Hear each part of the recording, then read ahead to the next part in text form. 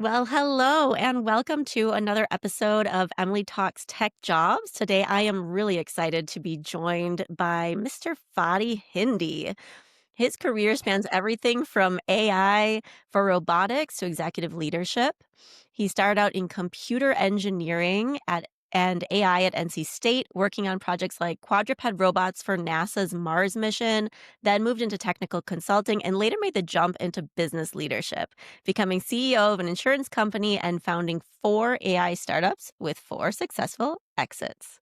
So now he's on venture number five with the Consulting Lab, a fast growing global firm helping companies and professionals lead with AI.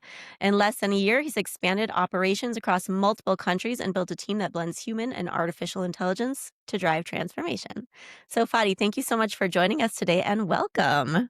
Well, thank you, Emily. I'm not sure if you were introducing me or somebody else, but it sounded good, so we'll go with it. As long as it was true, It's true. I think. I factually don't know true. about the Awesome. successful exits. I mean, I wish if I can make that claim. If I had like four successful exits, I'd probably be on an island somewhere. But it's all right. Well, stay tuned. Yeah. So, that being said, Fadi, did I miss anything from your background? No, no. I mean, I think it's funny how life kind of works because it was a very deep technical background. I never thought that it was gonna a lot of the robotics work that I did was gonna be beneficial in my career, but it's been like making a full circle as an adjunct professor now at NC State. Now they love the fact that I worked at the Mars Mission Research Lab and we did all those robotics. And funny enough, technology is kind of funny because there are some like immutable principles that even if you learned it in 1980 or 70, it's still applicable today. Mm, And I don't mean to divert, but like the thing that I find very awkward sometimes when I'm teaching classes I teach at NC State and at Schema Business School and some at UNC Chapel Hill now for public awareness on AI, etc. mhm. It's surprising how some of these immutable principles are missing. Like students don't know them. So to go back to the point, it's been like a full circle, and it's interesting how much of what I learned in those labs are actually being applied in what we do today. Because Hmm. once once you learn something and it's actually valid, legit, and again an immutable way of doing things, you keep coming back to it over and over. But yeah, Yeah, awesome. Well, it sounds like you have a lot to offer the youngsters who are let's looking hope so. to jump into the job Yeah, market today, which is really exciting for me because yeah, I think that kind of brings us to the topic that I brought you here to discuss today. sure. How can these young people who are kind of thrown into this moment of disruption and AI tools, especially in an environment where a lot of entry level people are the people whose jobs are being cut at the moment. How are they supposed to thrive in this moment? Yeah. How we hear so much about like AI replacing jobs. So from your perspective, what are kind of like the new rules of employability in this AI era? Yeah, I think that the evolution or the exponential rise of AI in popularity over the past 3 years has kind of taken hold with generative AI. I mean, we know this like OpenAI and Perplexity and ChatGPT and they're continuing to kind of expand the footprint of these tools, and everybody's slathering AI all over their offerings, whether it makes sense or it doesn't make sense. Mm, But to answer your question, and it's not an envious position to be in for I guess the younger generation, is that yeah. they're actually having like the way by which you are competitive, the let's say the laws or the principles for how you are competitive are being rewritten almost it seems like on a daily, weekly basis. And the one constant that I can give you is going to be change. There's constant Mhm. change, and what used to work for you a year ago or 2 years ago might not necessarily work for you today, because of the automation and the pace by which this technology keeps evolving. So the advice that I can give is that you've got to get comfortable with change, and you got to get comfortable with finding ways of doing your whatever your skill set is, doing it with new tools that are constantly appearing, and not be threatened or not be kind of you know staying away from it and pushing it back. To the contrary, you need to kind of jump in and adopt and learn how can I use all right, how can I use generative AI in coding? Because a good friend of mine, a business colleague, Jessica Mitch Holmes, who used to have a coding company that taught coding, she was a younger lady too, and I give her credit for this, that she had the foresight to see AI and the generative AI revolution coming, and she decided to shut down her business. She said, "I'm not gonna. This is not gonna be." Even though she had customers and she had clients and she had cohorts going through, she realized that she needed to reinvent herself, and she did. So it's similar to that. We gotta take a page from her book and say that what are the things that how is my job or how is my skill set being impacted, and how do I basically integrate this new technology that's coming? I mean, at the time of this recording, Emily, last night or 2 days ago, ChatGPT launched uh, ChatGPT Atlas, which is the web browser. They're basically going head to head with Google now, like Google Chrome and other browsers. Right. And we had talked about there are many browsers coming out. There are many different, like there's Arc browser and there's this and there's that. But ChatGPT is giving kind of a they went from mastering the large language model and the conversational AI into browsing, versus if you look at Google, they came from browsing and they introduced the conversational AI. So they're coming at it from two different angles, but Mm, it's just a case in point to show you that technology is evolving so fast, and we could say, I'm not going to use Atlas browser. Okay, fine. But somebody will use it and will figure out why it's competitive, and they're going to be better for it than you. So that's going to have to be this, understand that change is going to be constant and it's going to accelerate. And you just have to get comfortable in being uncomfortable, because you're constantly learning new things and learning how what you do can be done with different tools. mhm. Absolutely, and I think something that I've heard you say, probably a couple of times is that, you're not gonna be replaced by AI, but you're gonna be replaced by somebody who's able to use AI. Correct. Correct. Yeah. So as a firm, we don't the consulting lab, TCLI, does not work on engagements where they want to get rid of 10 people or 15 people or 20 people. And this is something that I just kind of brought with me from my days as a CEO and as a COO. We're a firm believer in the human capital and preserving human capital and empowering humans with technology, not getting rid of humans because of technology. It's inevitable. There are certain things that you just simply cannot. Like, there's going to be a problem where certain problems that you're solving can just be done better with robots, and it's a given. But the kind of engagements that we really thrive in is to come in and say, here's about 20, 30 people that are going to be displaced because of AI. All right, we work with the executive team to look at, all right, what other markets do you want to enter? What new products do you want to introduce? How can we take this group of people, repurpose them, so your operating expenses, your OPEX will not get impacted, because you're already incurring that cost. Granted, a C-suite is going to try to reduce the cost; they can improve their margin, but we want to take a more abundant view to say, Mm, let's move these people, upskill them, enter new markets, or introduce new products, and it's going to far surpass whatever margin you were going to get by cutting those jobs. Those are the mhm. types of engagements that we like to work on. Right. And those clients of yours who have faced the decision, either to cut or upskill and have chosen to upskill, are you finding that the employees are able to, catch the curve or are Oh they yeah. yeah. Oh, yeah, Okay. yeah. Yeah, yeah. I mean, and I'll refer to, because the most vivid experience that I have of something at that such of a large scale is that that insurance company we had 250, close to 300 people between salespeople and operations and so on and so forth.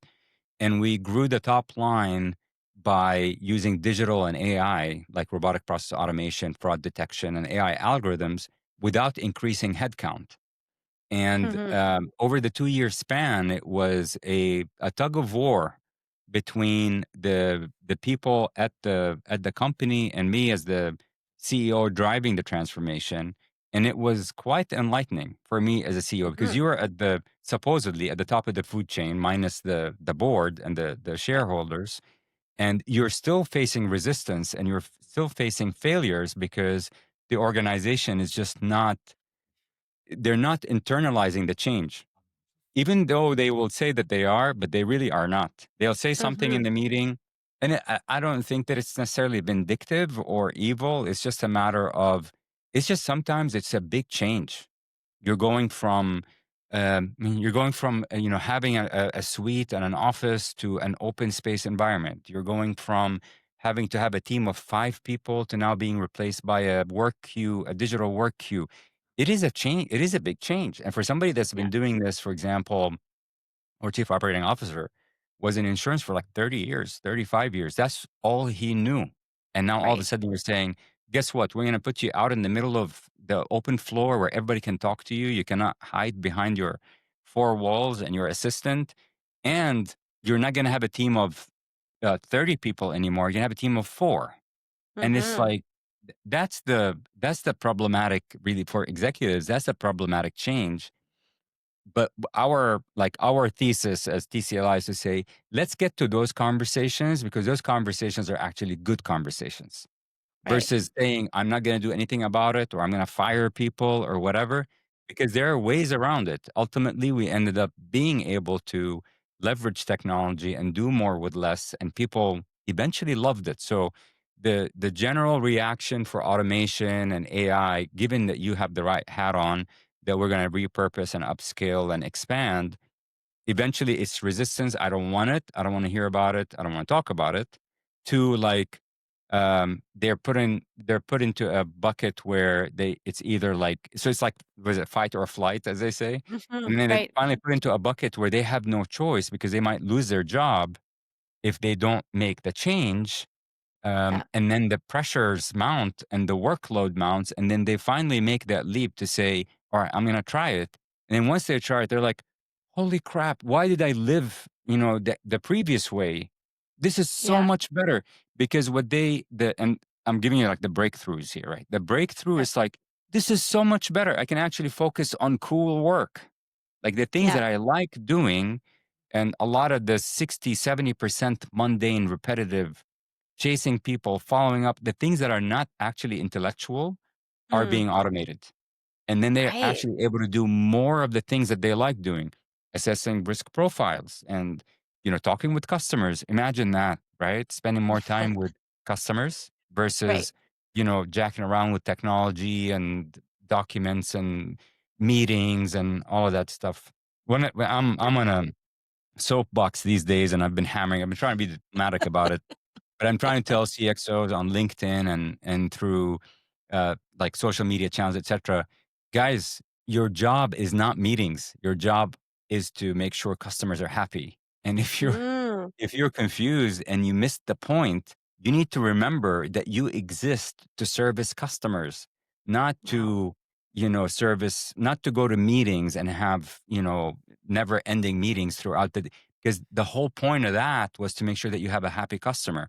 If you have Mhm. you have a disgruntled customer, you got to drop everything that you're doing and you got to go deal with that customer because none of Right. this matters if you lose that customer. Mm. Yeah. And you'll be amazed at, and I'm sure you've experienced this. You go through life as a consumer or as a customer, and you're just kind of amazed at how you're like marginalized. And you're like, wait a minute, I'm the one paying you the money Mhm. here. Shouldn't you be paying Right. attention to me? You know what I mean? Absolutely. Yeah, Yeah. absolutely. So I feel like that mentality, definitely like the switch from being the king of the kingdom to being the servant leader, I'm sure is probably something that's really transformative across organizations.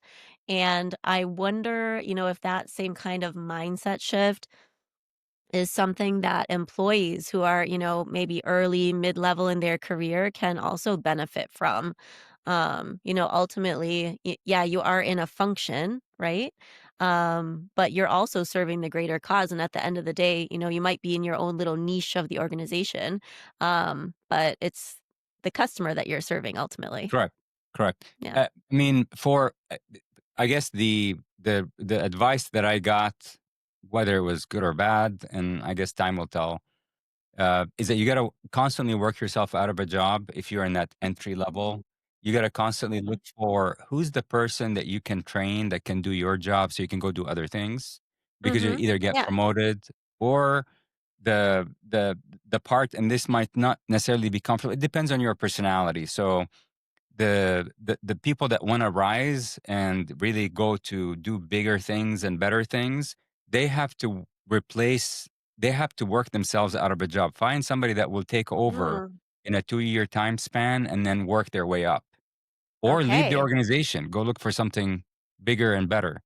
Now I've Right. just Up or like out, right? I've been through this like throughout my entire career, and the jury's out as to whether this was good or bad.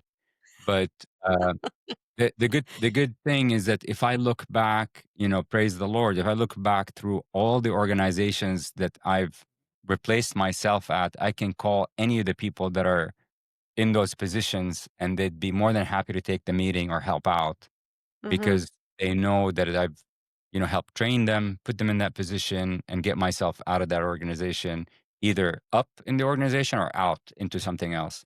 Which is, by the again, Right. not necessarily a comfortable thing for all people, but I'm just saying, in general, even if you Mm, want to rise in the organization, you're not going to be able to do it if you're going to hang on to that chair, or like not share your knowledge and train others.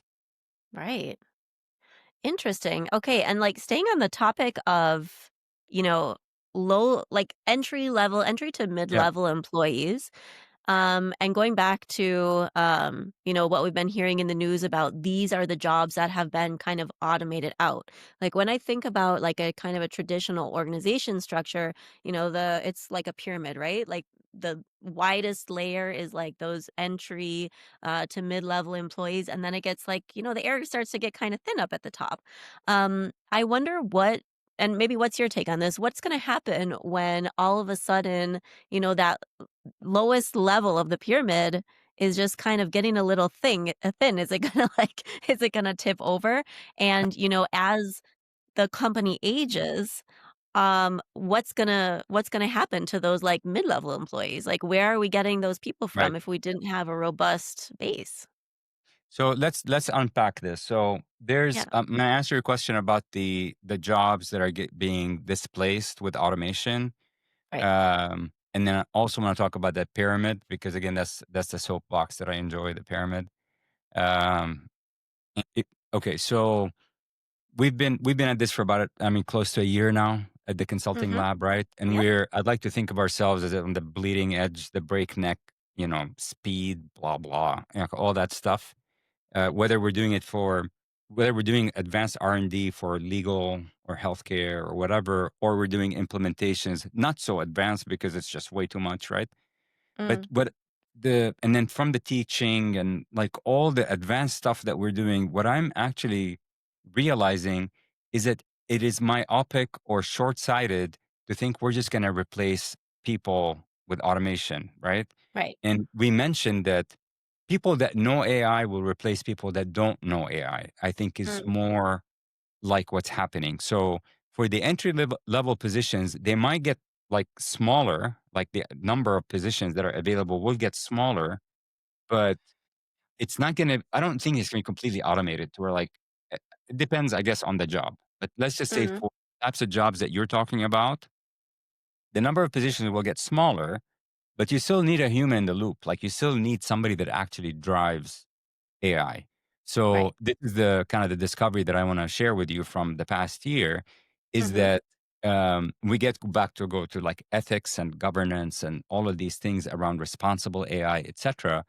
Putting AI in charge like without checking it and without having someone that knows what's going on and actually acting as the final arbiter for what goes to production or goes out to a customer, is a really bad idea. Right. Really bad idea, right? Because and this is something that I teach in the prompt engineering class and even now at Schema with the students. You have to put the guidelines and you have to put the guardrails and you have to monitor and you have to fix the models. The models will make mistakes and they will make errors and you're going to have to catch that and you're going to have to improve the model and put it back. I mean, you cannot remove the human completely out of the loop because at the end of it, it's a Mm, technology, just like a car or just like anything like we use in technology. It needs monitoring. You cannot put right. it on autopilot and expect that it's gonna do just fine. And the other alarm, like for me, cause for alarm is when people are putting AI in the driver's seat. They're not putting guardrails. Mm, They're not checking the work, and not even that. They're starting companies based on what ChatGPT or Claude or whatever spat out. My God, that's a uh-huh. bad idea. Like, Okay, guys, tell come us on. why. Why is that a bad idea? Well, I mean, so and now we're getting into, like, the layers of AI. Right. At the end of the day and then again, we're gonna go into so many different topics, so I'll try to keep this concise because there's a big debate right now is that or one of the debates that's going on right now is that, will the machine ever become self-aware? Will it have consciousness, right? So I have my Mhm. own strong opinions about this, but I'll keep them to Mhm. myself for now.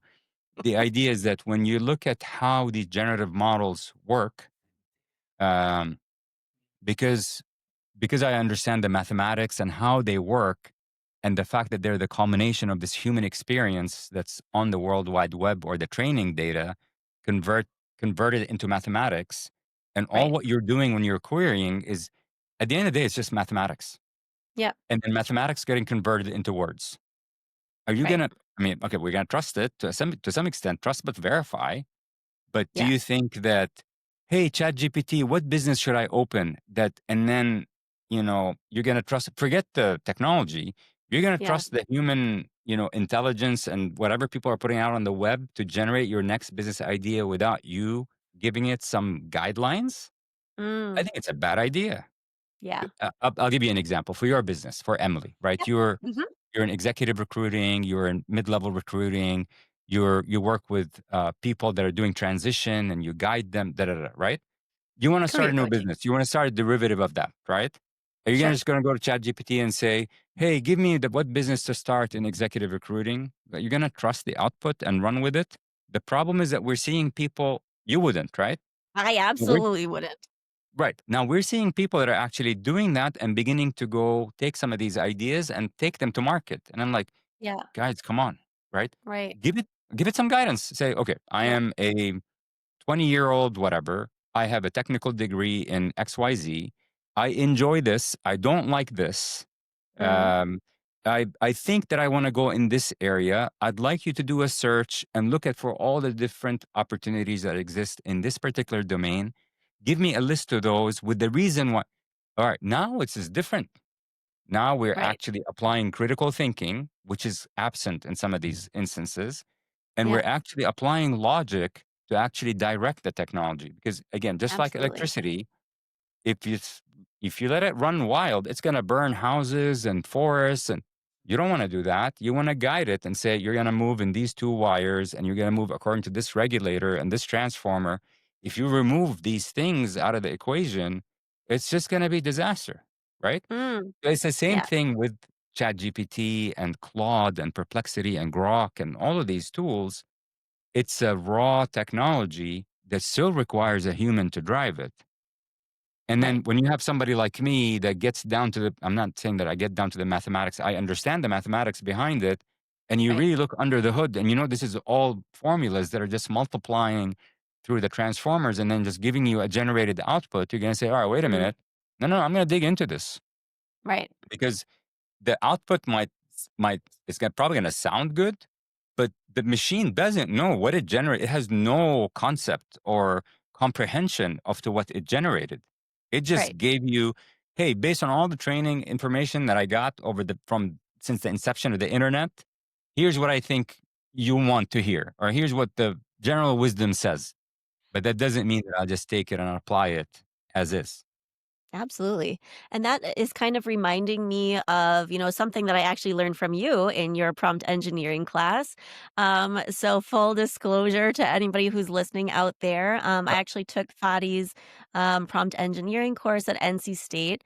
And I have to say, like, I was one of the people who, the day that Chat GPT came out, I was refreshing the page.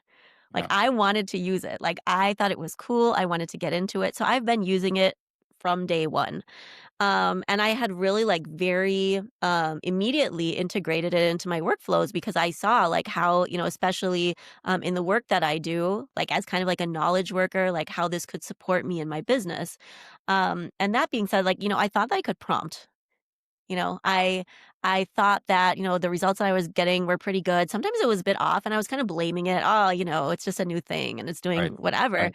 But, going through, your course, we talked about, where there could be weak points in the output you're getting. So either one is that the prompt that you're giving it isn't sufficient, and you're not giving it enough information, enough context to be able to get you like a very targeted, concise answer, or it could be like the model that's just a little wonky. That's But correct. mostly, like, what we can do about that, is upskill when it comes to prompt engineering. So I Correct. think that's, like, a topic that is very interesting to me and, in coaching my tech professionals, if people are, like, re-entering the job search now, after, like, 3 years, let's say the last time they were in a job search, all this AI stuff didn't exist, it wasn't Right. publicly available. That's right. And That's right. now they're, like, swimming in the sea of AI, and they ask me, like, "What can I do? How can I upskill?" And I tell them, a la Mr. Fadi Hindi, prompt engineering. Yeah. Yeah. Yeah. Tell me I about think, that. I mean, well, I mean, thank you for raising it. I appreciate it. I mean, of course, my advice will be biased because it's my course, but anyway, I think it's a good course. So for those that are listening, the AI prompt engineering from NC State is coming through continuing and lifelong education. It's a 6 weeks program.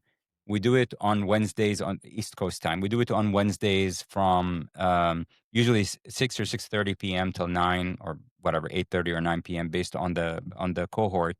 And the idea is that in 6 weeks, 15 hours, you would come out at like on a scale of 1 to 4, you'll be at like 2.5 or 3 in your Mhm. ability to prompt. And Right. the prompt engineering, by the way, it's interesting statistic. Some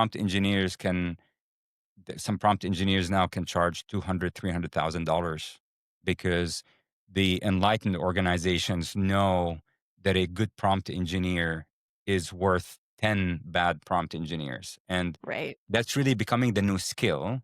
Mm. And what I'm also realizing day by day, it's transferable. So if you know how to prompt, because it's Yeah. all based on large language models, right? Yeah. So these large language models take the training data. Now it could be legal profession, could be healthcare, could be like a chat GPT's just general knowledge or anything. It could be your own internal documents. And then it's put into this big model that converts Yeah. all that text into mathematics or images or whatever. And then if you know how to ask the right question, you're going to get a better answer. So the time to market, the new currency now, time to market, speed, accuracy, etc., is in Yeah. proper prompt engineering. If you know Mhm. how to prompt, you're going to get a better output and you're not going to waste time or resources in the wrong place. So catch it at the source and make sure that you know what you're doing on the way of asking the questions as you get to the output. And the other interesting thing for you and the listeners is that this is transferable.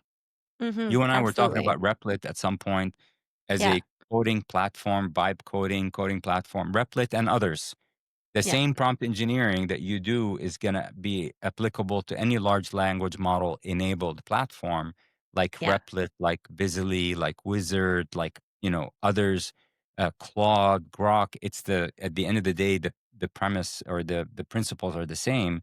So I mean, as a general advice, it doesn't have to be my course. I'm just saying as a general advice Right. for your audience, your people looking at tech jobs or upgrading or moving, go get skilled in prompt engineering. Come take our Mhm. course. I'm biased, but there are other courses that are offered on the Eastern Seaboard as well as on the West Coast or through MIT. There are many different good AI like prompt engineering classes, but that's a good skill to have.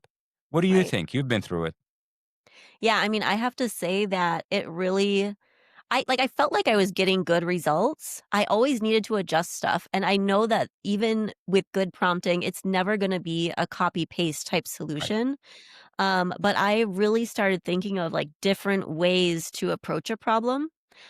So for example, I for all intents and purposes, my technical background is limited to, like, in college, let's say 2 coding courses that I had. Yeah. And I never used it, like, after that, like, just randomly, like, I would have to, like, be the admin of a website or something, or, like, build, like, a really small database. Okay, but, like, I am not, like, a Amazon data engineer by any Right. means. Right. Right. Um, and after I took the course, I vibe coded my own website, and I realized that the quality of my output was gonna be so dependent on my input. So I That's right. actually had, the guide that you came up with. So a guide Yeah. around, for those who are listening, different ways to prompt and different strategies, different techniques. I had that open on one side. So I've got two screens, right? Open on one side was a PDF. Then I've got ChatGPT on this side of my large screen, and then I had Lovable open on the other side. And I told ChatGPT, look, you're my prompt engineer. Yeah. Based on the prompting techniques that I was getting Yeah. from the class, I prompted it Yeah. to prompt Lovable. And I had already, like, I had done a test run on Lovable on my website, and it was not good. And I have to say today, it's still not made by a developer. But for me, Yeah. with my bachelor's degree in German, I feel pretty darn proud of my website. Good job. So Yeah. thank you Good very much. job. And, even going further, I've started developing products for my clients. I've started with, custom GPTs. I've been using those for a while. They keep improving. And even now, like, I'm finding that what's at the base, even of my product that I'm developing, hopefully to scale at some point, is the prompt. Yeah.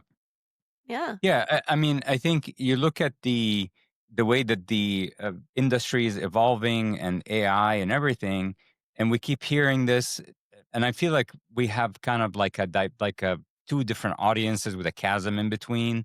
There are all the skeptics and the majority of the people that just don't want to jump in, believe it or not, and still until today. And then we Yeah. have people that are adopting and innovating and moving, and these innovators and adopters are saying that we're moving towards an economy, and this is going to happen whether these laggards or these skeptics want to or not. This is just going to happen just by sheer Mm, size and volume, where we're going to move towards an economy where you have billion-dollar companies that are just a handful of people because right. you no longer need the heavy duty, engineering teams and developers, and you can actually do it all with prompting and AI. You still Hmm. need to do the work, but AI and a lot of the suites that are coming out are removing the barrier to entry for you to be able to create some of these products and services. So we're going to see entrepreneurs of one that are Yeah. building enterprises that are $100 million with products and manufacturing and shipping and everything, but they're able to Right. do it. I mean, that's kind of like the where we're headed. Hmm. And again, it behooves everybody to start really, if they're not, start paying attention to this. Um, and I also, the one other bit of advice I would say is that don't hang on to, you gotta re-baseline your expectations. My parents' jobs and of working for 50 years for the same company and taking a go, Hmm. those are just like dead and gone a long time Yeah. ago. And Right. like my generation, which I'm getting older, my generation now, we know that we're going to be changing a number of jobs before you act. The job stability um, is not really the norm anymore, and you have to be ready to be making changes within the same organization every couple of years Mm. or across organizations every couple of years because Yeah. you just want to grow and you want to move on. So that's I think what's happening, and it's interesting. Okay. Awesome. Well, that being said, switching the focus back to job seekers. So Yeah. you have been working in tech and AI for however many years now. Should I say 30 Right. plus years now? 35. Yeah. 35 years, amazing, and you have been hiring for the last 35 years. I think it's interesting that you've been in the tech space for that long because I think for you, it's probably been a lot of change. It's Yeah, the change yeah, that we're expecting, that we're seeing right now, it's not as it's at a different level, of course, than what it has been in the past, but it's always been kind of a constant, I think especially in tech, right? right. So that being said, with your experience hiring across times and industries, what is it for job seekers that are listening? Like, what is it that makes them stand out? Like, if you're looking to hire, and I know that you're growing right now, what do you look for? What is like that intangible that you're looking for in a new Yeah, hire? that's an interesting question. I think that um, I don't know. I mean, your skills, your technical skills and aptitude might get you the job, but your Mm, soft skills and like as you said, the intangible skills, the like if you look at competency, we break it down into two domains. You've got like behavioral competencies, and then you've got technical competencies. mm, And I don't yeah, necessarily mean technical as in IT. Like it could be finance or tax or whatever the case right. might be as technical competencies. So you're gonna find a lot of the time technical competencies get you in the door and Mm, might land you the job, but will actually get you to thrive are the behavioral competencies, mm, right? That's what right. enables you to thrive and grow. And for me, like ever since I could remember, like hiring wise, I used to focus a lot on technical when I was younger. But as I grew older, I started to focus more on behavioral because I knew that if I have the right attitude, whatever is wrong or needs improvement in the technical, they'll get it done. But Right, if you have, egos and issues because of their technical capability and it's reflecting back on the way that they behave and people don't like to work with them, etc., it just makes a just like a miserable environment. right. So I think it's important to understand that you need a mix, you need the mix of the two. And being the Right. best at something and just like the rock star in a particular technology and you Mhm. don't pay any attention, it's not going to be a sustainable formula. It's not going to Okay. if you want to be working inside of a team and a part of a bigger company and grow with it, the behavioral competencies really take way I almost say it sometimes more than the technical competencies, because if Mm, you don't know how to right. talk to people, you don't cannot work with a team, and like, then that really amplifies and makes it more challenging. Okay, great. And then when it comes to the hiring process, when you're meeting people for the first time and you're having those initial conversations with them, what are some kind of like red flags versus green flags that you see in people when Yeah. it comes to their behavior in, like, let's say, the interview process? Yeah, I mean, it really depends, I think, on usually it's gonna depend on the job and the type of position that you're looking for. But generally the lack of initiative or, low energy, there's nothing wrong with people that are more calmer than people that are excited. Maybe we have different Mhm. personalities of different types, it's no problem. But generally, you're going to find hiring managers, they can quickly sniff out people that have low motivation or no interest in the job. If you're Yeah, going in and you're not interested for the job, people will know that you're not interested. right. I mean, that just comes through. Yeah. And it's going to be important. And my advice to the people that are listening to your podcast are looking for jobs: don't apply for jobs you don't like. You're just going to be miserable. You're going to be miserable. You're going to make the people that you're with miserable. You're going to hate your Yeah. life. You just like spend more time to try to find the jobs that you actually like, because then you're Right. going to be more serious about the application. You're going to be more passionate about what you're doing. And Yeah. now I say And this. can I interrupt you for a minute? Yeah, yeah, I always tell my clients too, at some point you're in the job search and you feel kind of desperate and you're like, I feel like I just need to accept anything. And right. I just tell them, look, you're hoping to be in this job for the next minimum 12 months, hopefully 24 plus months. And you spend probably more time with the people who are going to sit next to you than you do with your significant other.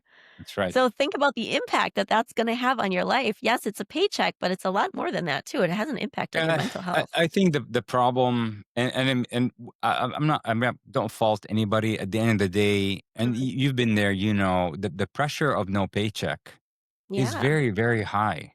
Yeah. And given that you've got, credit card debts and mortgages or whatever the case might be, that not many people are in the position of saying, I'm just going to wait another month or 2 or 3 months until I find the right job. And I can Yeah. understand that.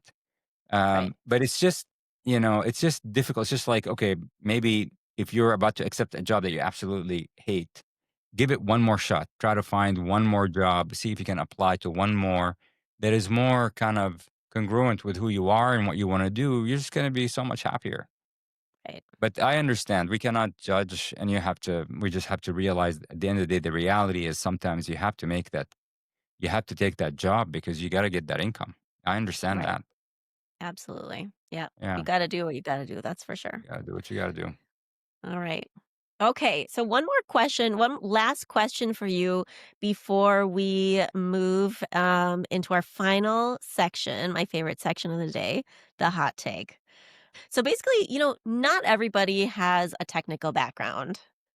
Most of my listeners don't. I work with a lot of people who are, in business for tech. So, those business people who make tech companies run. What are the best pathways, do you think, for non-technical, professionals to get into roles that are increasingly reliant on AI? Mm. Okay. Well, I think we hit on one of them, which is prompt Mhm. engineering. So the Yeah, idea of um, maybe the overarching kind of theme here or principle is that business people have to get comfortable in becoming business techno experts right. because that's the future. And all the, I'm sorry, CXOs that are listening, if you're not a tech person or you don't like tech, you are going to be replaced. And anyway, you're probably aging. Don't take this the wrong way, but if you look at the younger generation coming, they are business and technical. They're not just Mm, technical or business. Like there's a kind of an amalgamation of both. right. So that needs to become. And by the way, I think it serves anybody well to immediately move. And I'm a good case in point. I would not have been able. I mean, praise the Lord. I've not been able to achieve these positions if I decided to remain technical and I did not want to do business at all. And when I Mhm, went to business mhm, positions as a CEO, I did not ditch technology. I still worked on transformation and understood technology and I didn't do it myself, but I surround myself with smart people that know how to do it. And we were able to mhm, bring a lot of technology and transformation through. So I think get comfortable with becoming a little bit of both. And mhm. then start with prompt engineering, then move into this. You've tried vibe coding. Great. It doesn't really takes about half an hour of your time. You know how to prompt. Whether it's Lovable or Replit or something. Some of them are free. You can actually try it out, and then Yeah. all of a sudden you're gonna find that it's actually not that hard, and Mm, you can actually start kind of understanding more of the terms and the things that people say, and you're gonna open up your horizons and be more enlightened about the opportunities and the possibilities, right? So right. my advice would be to just jump in and start playing with it, and sooner or later it's gonna happen because the younger generation coming through by default are enabled with both. There's no We've been talking about this. This has been like a Gartner, Forrester, um, kind of crusade about business and IT and the difference Yeah. between business and IT. And I think 20 years ago, I've resolved to say, you know what, this bullshit. There's no business and IT. There's just, business technology. It's one thing and they have to work together. And if you ever are in an organization where there's kind of like that separation between the two, that's not a good thing in this day and age. The two are Mm, kind of like connected, and it's gonna have it's a continuum. It's not the IT department and the business department. It has to be the product department, right. and that's I think what people need to do moving forward. Wonderful. All right. One last question for you. Fadi Hindi, what is your hot take? Okay, my hot take is this: we have achieved all the components that are necessary for us to have AGI today, and I will submit that we already have AGI. We're just in denial. Why? So there's we've been through the courses and through the sessions. There's a lot of discussion that's I don't know why it happened, but then I decided to geek out on it because I really wanted to get to the bottom of it. I know there's no consciousness and I know there's no self-awareness. That's my belief. That's, you know, sue me. But based on what I know, right?